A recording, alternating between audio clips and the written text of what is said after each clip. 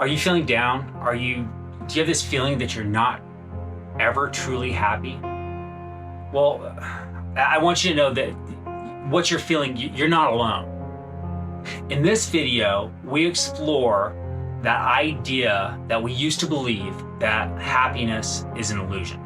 And we chase after this false sense of happiness by being as busy as possible. Are you falling into the same traps we were?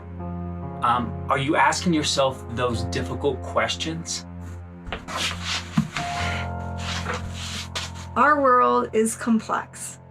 We're always trying to get those likes from our posts on our social media platforms. We're looking for that instant gratification. Or we're vicariously living through our favorite YouTube stars. Like us. Our process started with us jumping in, trying to become as busy as possible.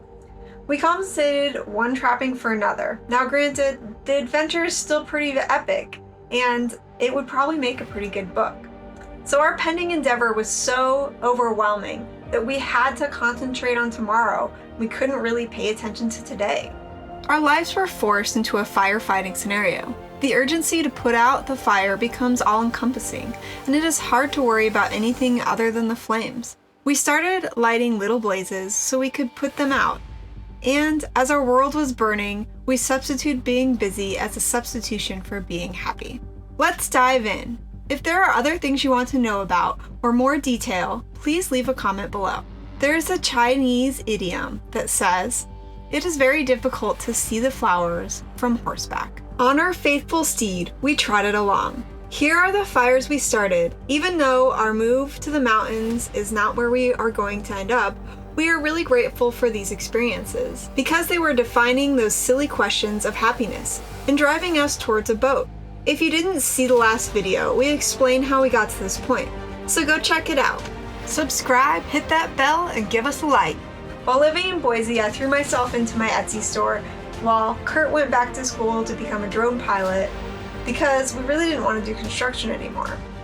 Did I mention that Kurt is pretty broken from the military, both physically and mentally? We tried to be logical about the things we would need to make the transition from a 2,100 square foot rental house to our 6.5 acre property. But isn't this a sailing channel? But why, yes it is. But without roots in the unattainium, we want everyone to experience kind of what our lives are like here up in the mountains. I don't know how many times we've sat there and people go, "Oh, I'd love to live in the woods. It would be amazing. Oh, I love your life." And it's like, yeah, come try it. Come try it. Because if you haven't done it, you don't know what you're talking about. Why we've made the decision to go sailing and move off the property and pack everything up and move and get out of here.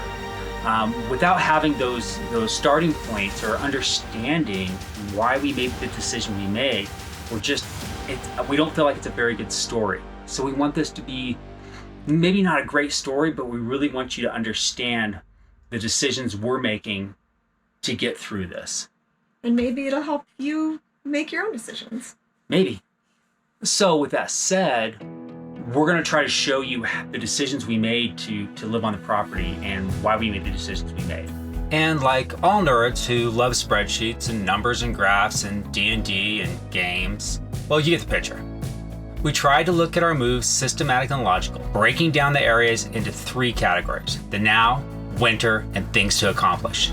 So we thought about our products that we were going to need for the now, and we broke those up into 3 different categories. The first category is, where do we put our sleepy little heads at night?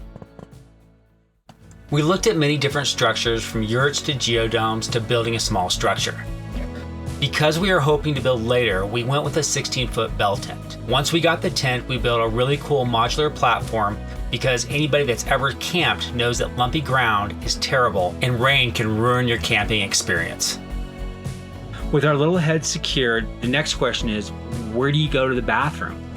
Again, anyone that has ever had to dig a cat hole knows that on day 1, it gets extremely tiring. Now imagine having to do that for months. So, again, we threw on our thinking caps and dove into the interweb trying to find a solution. As we researched our various options, we ended up going with Nature's Head composting toilet, which we love. Okay, we really like it. It's okay. All right, there's things we like about it and dislike it. We really wish we would have gone with a different product. We also realized we need someplace for the Nature's Head toilet to live. So we bought a Harbor Freight little tiny trailer and built a little shed on top of it. So we could put that in there, we could lock it, and we also had a place for a little bit of food and a little bit of storage. If you're not aware, composting toilets need airflow. So there's a small 12-volt little fan. So we bought a little 12-volt battery and a tiny solar cell to keep that operational. So with sleep and poo, we are set. Now we just need a little bit of food, water, and maybe some electricity. The next three are all kind of combined together in number 3, because without one, it's very difficult to have the other. Let's start with electricity. Electricity is kind of a big deal because without it, we could not have our 12-volt refrigerator. Without a refrigerator, you're forced to eating things like dried noodles, pasta, and other things like peanut butter. There are other things you can eat, but the reality is, where do you keep your cream for your coffee? And cheese. And going to get ice every 2 days really gets old. With our top-loading refrigerator, now we need a mechanism to keep that bad boy running through the night. We bought an EcoFlow Delta battery on Black Friday and got an amazing deal. Fast charging, has hookups for solar, and enough max peak to kick on our coffee maker. We also bought 2 solar panels to charge the EcoFlow. It worked great when we had sun. Plus, it doesn't get dark here until 10 p.m. during the summer. But when the clouds came out and we couldn't adjust the panels because of the majestic, tall, beautiful trees, we wouldn't get enough sun to recharge. So we would throw the Delta 2 in the car and go have a beer in town and steal their power to recharge our battery. This would leave our refrigerator off for about an hour, but not long enough to ruin our milk. So sleep, poo, milk, and electricity. Now we just need to figure out how we're gonna cook. We thought long and hard on how to cook and ended up getting a propane grill. I live in the real world where men sell propane and propane accessories. With a charcoal grill on the side. We made sure it had a small side burner so we could cook in a pan for eggies and boiling water. So now that we have a place to sleep and our bellies are full, where are we going to get water? Our roads need repairs, our bridges are crumbling, our landfills are overflowing, but we can get water pretty easy. America. We have local water access that is free, and an artesian well that has some pretty yummy water. We load up our 4 7-gallon jugs and fill them up. The last item we purchased is how to shower.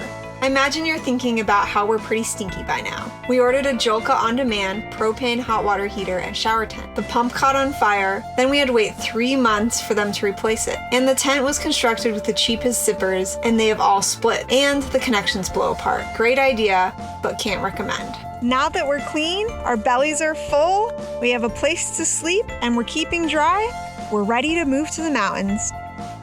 Or at least we thought.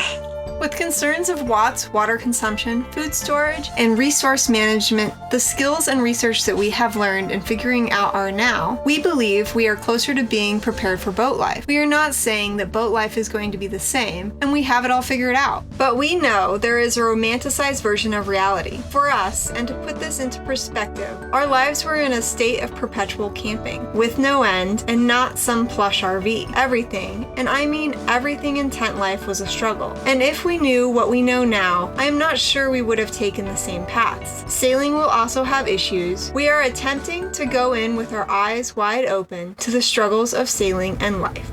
Hey, Allison. Yes, Kurt? We should just stay as miserable as possible and busy as possible as we figure out winter plans. Hey, that's our next video. This should be fun.